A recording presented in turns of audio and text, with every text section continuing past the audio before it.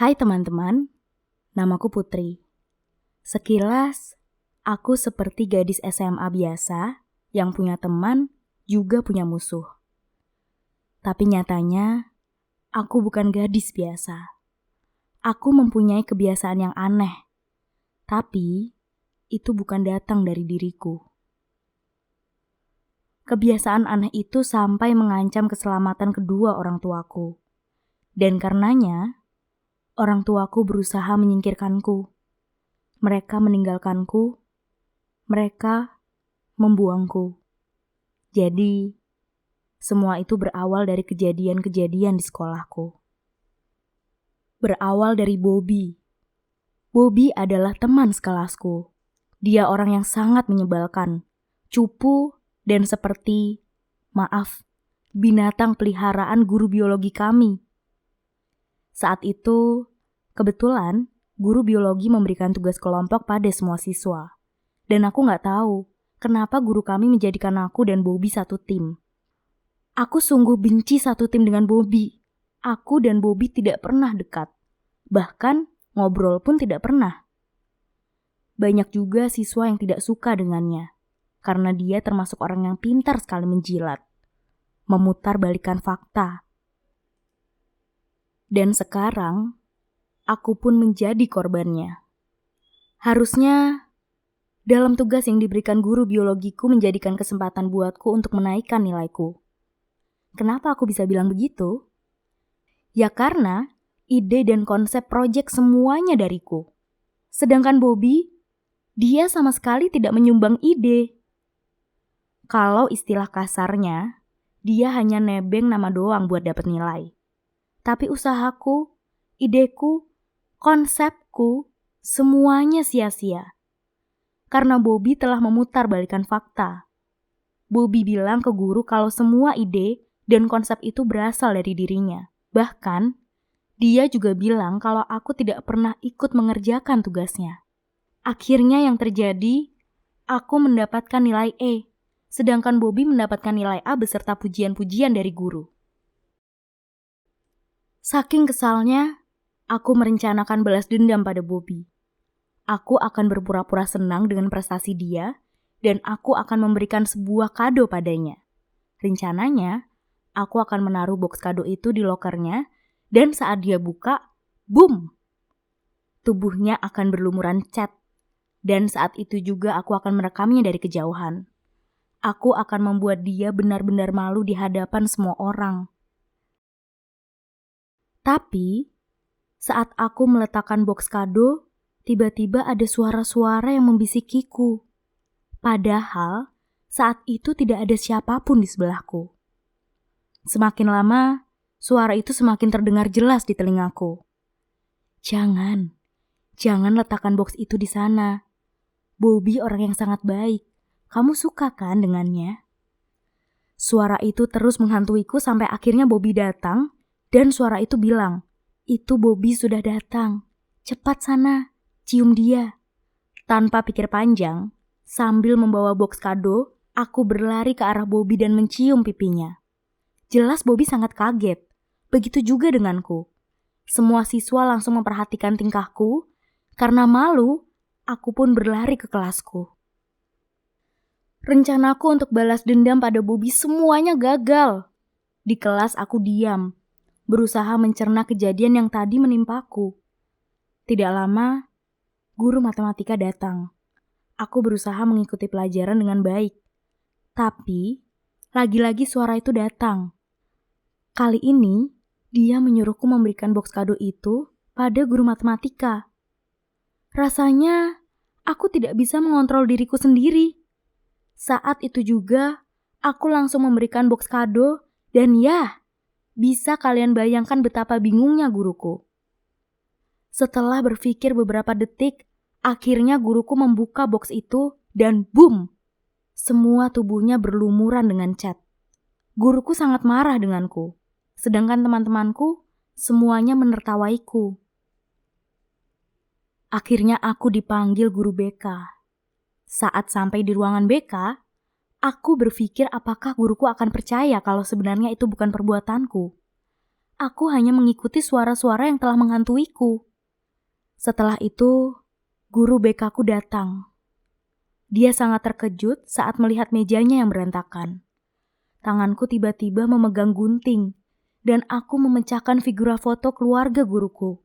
Bukan hanya itu, aku telah menggunting foto itu. Aku merusaknya, aku membuat keributan di ruangan BK.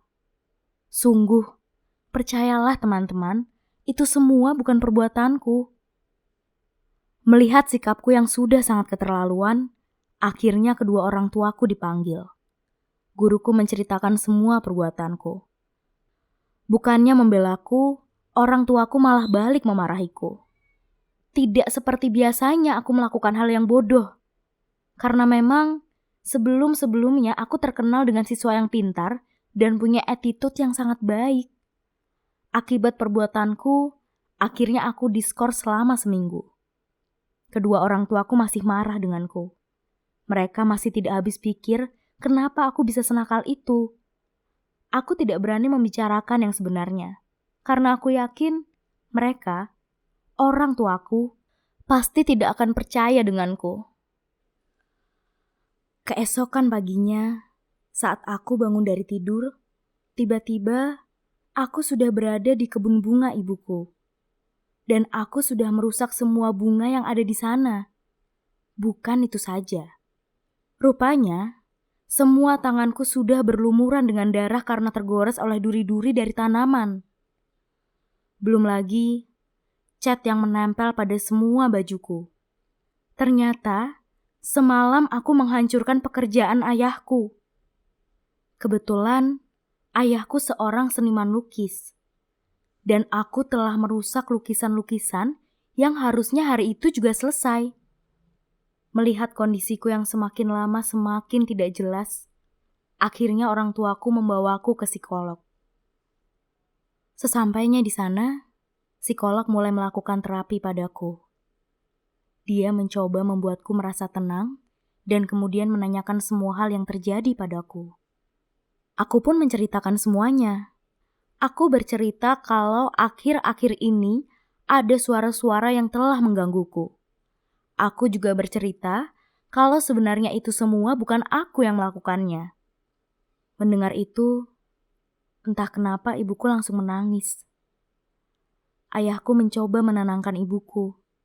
Setelah terapi selesai, aku dan orang tuaku pun pulang. Sesampainya di rumah, mereka menjelaskan semuanya padaku. Ternyata, sejak lahir aku memiliki 2 kepala. Jadi, secara otomatis aku mempunyai 2 otak dalam satu tubuh. Tapi, kembaranku ini hanya menjadi parasit, kata ibu dan ayahku. Kembaranku ini selalu membisiki hal-hal yang negatif padaku. Makanya, ibu dan ayah membuang kepalaku alias kembaranku. Ibu memisahkannya dariku. Mungkin kembaranku masih tidak terima dan dia hanya ingin balas dendam dengan orang tuaku. Mereka berdua meminta maaf padaku. Kupikir hari itu suara-suara aneh dari kembaranku sudah tidak akan datang lagi. Tapi ternyata aku salah.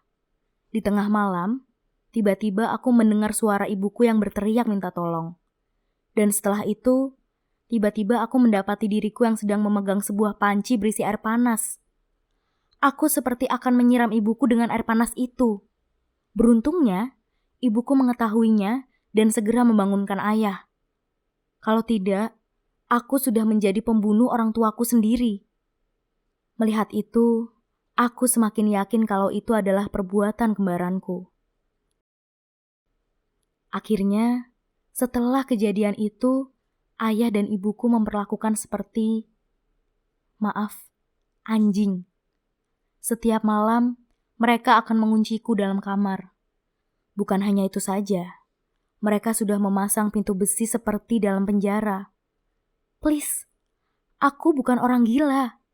Kenapa mereka tega memperlakukanku seperti ini? Tapi, usaha ibu dan ayahku menjadi sia-sia. Karena tidak hanya berhenti dengan mengancam keselamatan orang lain, malam itu, keselamatan diriku pun sudah sangat terancam. Dengan samar-samar, aku mendengar ibuku memanggil-manggil diriku. Rupanya, saat itu kamarku kebakaran. Api sudah di mana-mana. Ibu melihat tanganku sudah memegang sebuah korek api dan jerigen. Kata ibuku, aku sudah membakar kamarku sendiri. Beruntungnya, ayah segera tahu dan langsung menolongku. Kalau tidak, mungkin aku sudah tidak terselamatkan. Ayah dan ibuku membawaku ke rumah sakit. Saat di rumah sakit, rasanya aku seperti bermimpi bertemu dengan kembaranku. Dia mengatakan bahwa sebenarnya dia tidak terima karena ibu dan ayah sudah membuangnya. Oleh karenanya, dia selalu membisiki hal-hal yang negatif untuk balas dendam. Setelah beberapa hari pengobatanku, akhirnya aku sudah bisa pulang. Ayah dan ibuku membawaku pulang. Tapi, bukannya dibawa pulang ke rumah, mereka justru membawaku ke rumah sakit jiwa. Rumah sakit jiwa. Mereka menyingkirkanku dari kehidupannya. Karena mereka pikir, aku dan saudara tiriku sama-sama mengancam keselamatan mereka. Akibat ulah ibu dan ayahku, akhirnya aku pun berhenti sekolah. Semua teman dan guruku menganggap aku sudah gila. Semenjak di rumah sakit jiwa, aku sudah tidak pernah mendengar bisikan-bisikan dari saudara kembarku. Rupanya, dokter yang merawatku telah menyadari kalau sebenarnya aku tidak gila. Namanya Dokter Christine. Dia sangat baik padaku. Dokter Christine bilang dia sudah menyampaikan perihal kesehatanku pada orang tuaku. Tapi, sampai sekarang mereka enggan menjemputku kembali. Oleh karenanya, Dokter Christine membawaku pulang. Dia sudah menganggap aku sebagai putrinya sendiri. Dokter Christine juga menyekolahkanku sampai akhirnya aku menjadi sarjana. Sejak aku hidup bersama Dokter Christine, aku tidak pernah mendengar kabar orang tuaku lagi. Aku juga tidak pernah sekalipun mendengar bisikan-bisikan dari saudara kembarku lagi. Aku benar-benar sudah dibuang oleh orang tuaku. Tapi setidaknya, aku mempunyai Dokter Christine. Dia orang tua baruku. Gimana menurutmu? Jika suatu saat nanti orang tuaku datang dan meminta maaf, apakah aku harus memaafkannya? Terima kasih sudah mendengarkan kisahku. Jangan lupa subscribe dan nyalakan loncengnya ya.